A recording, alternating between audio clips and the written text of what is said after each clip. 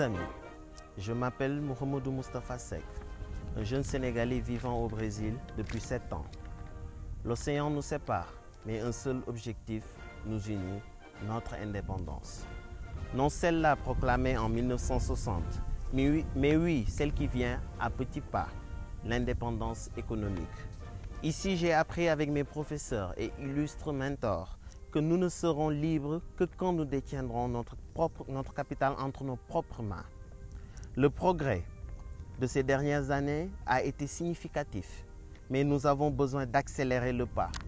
Depuis la rupture coloniale, nous dépendons considérablement de notre tutrice, la France. Vous comprenez certainement la démarche qui associe les 4 présidents qui se sont succédés au Sénégal. Senghor fut à l'heure des aubes des indépendances, dans un contexte élitiste, avec des cadres formés à la française, tous fascinants par l'attrait de la nouveauté, de la recette venue de chez les Blancs. Abdou Diouf fut son élève de contrainte, dont la logique s'est transformée en un combat dans le champ où l'archaïsme et le frétillement des consciences révolutionnaires jamais africaines se sont affrontés. Abdoulaye Wade mena son contre-la-montre inachevé, dans un prologue linéaire, embourbé dans les mouvances d'une stature rabougrie, vivant de ses transferts sur d'autres identités soumises, sans explosion, acquises à la négation de leur propre personnage, craintives et soucieuses de toutes les gratuités. Le plus jeune n'a pas connu les indépendances et son parcours politique singe celui de Michel Rocard en France. Le détail ne sied pas en la circonstance, mais il faut dire que Macky se rattrape dans ses habits de jeunesse, avide des rôles de la gérontocratie. La reine grouille de l'outil des réseaux sociaux qui consacre la délation, le mensonge, le travesti et l'insulte. Chacun peut être son propre public, calé dans son canapé, se faisant des plus gonflés, s'offrant à son smartphone, exultant, s'applaudissant et disant « Vive moi !» comme Pécor la grenouille qui voulait se faire aussi grosse que le bœuf. Ceux qui envoient les jeunes au casse-pipe ont leurs enfants dans les écoles d'Europe et des États-Unis d'Amérique. Ils jurent par Seydi Hadj Malick Sy et Mame Cheikh Ibrahima Fall, mais ils ne les copient pas. Cependant, eux qui, quand ils furent sollicités pour mobiliser des troupes pour la France, mirent leurs propres enfants en première ligne. La violence guette notre continent. Prôner le chaos et incendier les cerveaux, surtout de la jeunesse, c'est distribuer la recette de nos misères, hypothéquant notre futur. Les élections sont un pari sur l'avenir et nous avons le devoir impérieux d'en prétexter notre culture pour la paix. Consacrons cette croisée des chemins sur le lit de conviction bâti sur le socle des valeurs incarnées et consacrées par la grâce de Dieu en ces fils du Sénégal, tels Lamine Gueye, Kéba Mbaye, Ousmane Gandjoum, Mamadou Dia, Valdiodio Ndiaye, entre autres, qui n'ont jamais éludé Khari Amal Fall, El Hadji Omar Foutiyou Tall, El Hadji Malick Sy, Cheikh Ahmadou Bamba et toute sommité et sage de notre histoire. Aucun homme n'est mal. Il n'y a personne qui voudrait préjudiquer son frère. Les gens deviennent mauvais de par une situation. Que ferait un père voyant sa famille mourir de faim? Chercher à l'alimenter à n'importe quel prix. L'indépendance financière viendra résoudre beaucoup de problèmes si nous nous en donnons les moyens pour améliorer les conditions de vie de nos concitoyens. Le poisson, nous l'avons déjà. Mais maintenant, il nous faut apprendre à pêcher et il n'y a que ça qui nous évitera de tomber dans un gouffre imminent. Mais comment? Nos exportations sont de 3,5 milliards de dollars, pendant que nos importations atteignent le coût de 7,8 milliards de dollars, ce qui tourne notre balance commerciale complètement déficitaire. Prenons l'exemple du riz. Selon l'Organisation des Nations Unies, chaque Sénégalais consomme en moyenne 90 kilos par an.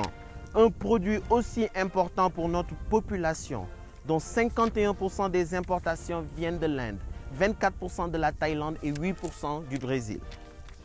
Pourquoi importer un tel produit si toutes les conditions sont réunies pour planter et récolter notre propre riz de qualité? Selon l'Organisation des Nations Unies, 169 000 hectares sont plantés au Sénégal et 4 000 kilos récoltés par hectare. Nous récoltons 2 fois plus que tout le reste du continent africain, mais nous ne pourrions nous comparer à des personnes inefficientes. Le Brésil récolte 1,6 fois plus que le Sénégal et l'État où je vis a une moyenne 2 fois plus supérieure que le Sénégal. Sur la même surface plantée au Sénégal, nous pouvons atteindre l'autosuffisance en riz. Notre terre est meilleure, notre climat est propice et notre géographie nous favorise. Il ne nous manque que la technologie. Tant que nous continuerons à dépendre des importations, nous serons esclaves. Nous devons nous libérer.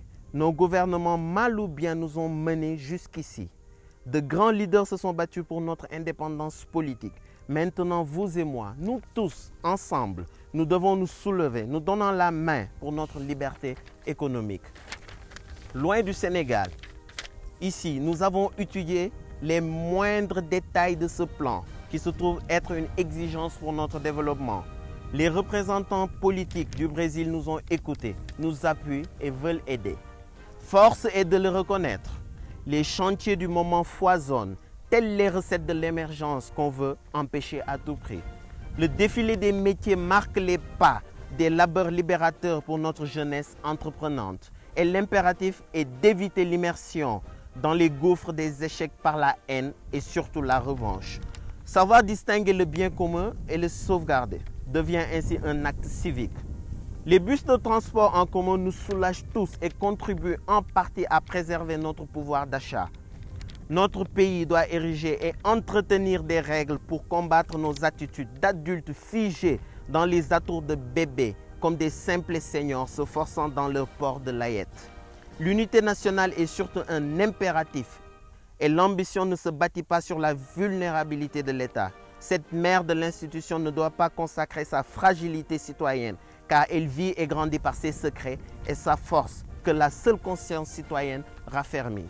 Regardez en direction de ces statures honorables fils et filles du Sénégal que sont Djibo Leyti Ka, Ousmane Tanor Dieng, Souleymane Ndéné Ndiaye, Amadou Lamine Loum, Habib Thiam, Madame Adja Aram Diène, la mère du Parti Socialiste, Madame Caroline Diop, Maïmouna Kane, Aïssata Tall Sall, Aminata Mbengue Ndiaye, Madame Aminata Tall, entre autres, pour ne citer que cela, pour vous faire l'idée de leur stature spécifique d'homme d'État. La date du 24 février 2019 devra marquer le départ d'une ère nouvelle pour une totale réconciliation du peuple sénégalais. Osons donc nos citoyennetés nourries sur le socle des rigueurs de nos règles morales et juridiques et votons pour l'espoir qui est un programme dont l'humain est le pourvoyeur. Sans présager de nos cuites de pétrole et de gaz, plat de nouveautés pour nos digestions futuristes aujourd'hui incertaines.